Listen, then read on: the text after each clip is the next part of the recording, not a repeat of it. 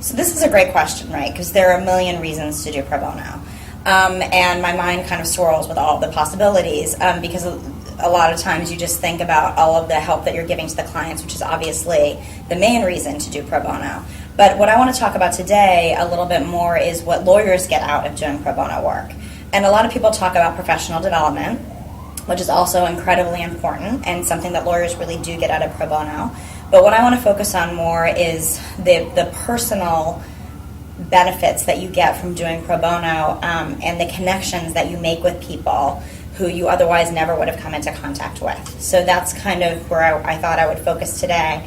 And I thought a good example of that is this Holocaust program that I was very involved in. And this was a nationwide program that was launched by Betzedek Legal Services. Many, many firms and lawyers participated in this program, probably many hundreds of lawyers. And the program was designed, it was a nationwide program designed to help Holocaust survivors obtain reparations from Germany for their time during the Holocaust.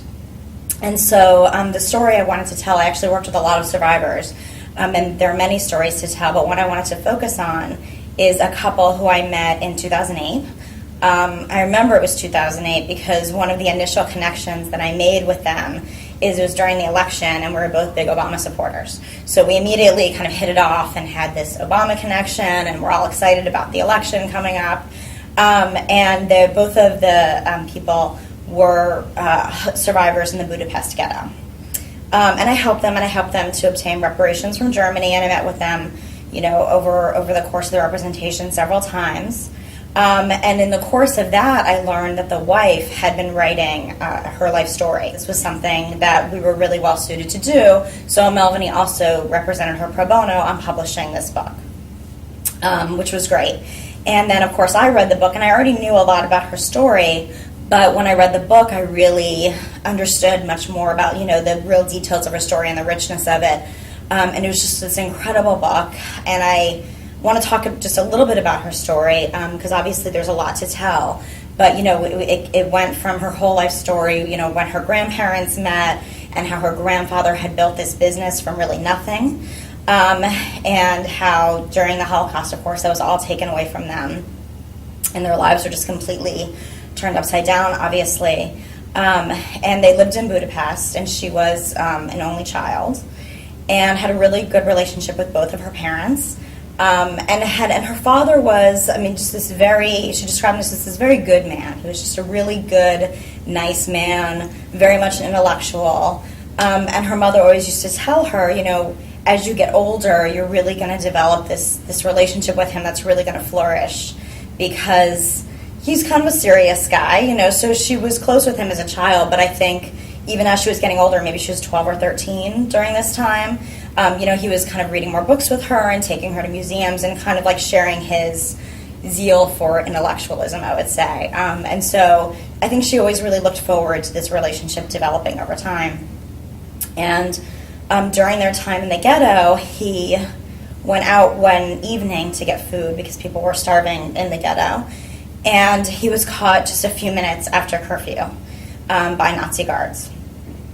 And they took him, they verified he was Jewish, took him to the Danube River, and they shot him there, which was actually the fate of a lot of Jews in the Budapest ghetto. I'm like, I'm emotional. I think about that story all the time. There's so many aspects to her story, but I think a lot about how, obviously he was just robbed of this life, and she was robbed of this relationship that she was going to have with him as she got older. And of course it makes you think about your own relationships with, your father, and I think about my husband's relationship with my daughter, and it's just, this just unbelievably tragic thing.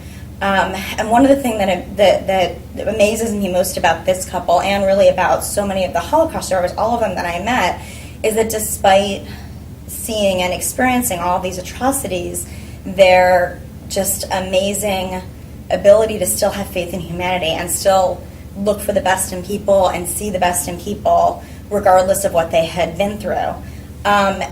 This really holds true for this couple. They are some of the most kind of kindest and most generous people that I'd really ever met. And they kind of in some ways have every right to be really skeptical of people or think, I've suffered more than anybody else and nobody can really understand that, but they're just not like that at all. And so over the course of this representation, I've really become friends with them, which is so nice. And I feel so lucky to know them. They, after my daughter was born, they came to our house and met my husband and my daughter, and we had lunch together, and we've been to their house since then, and we just have developed this friendship really through this pro bono representation.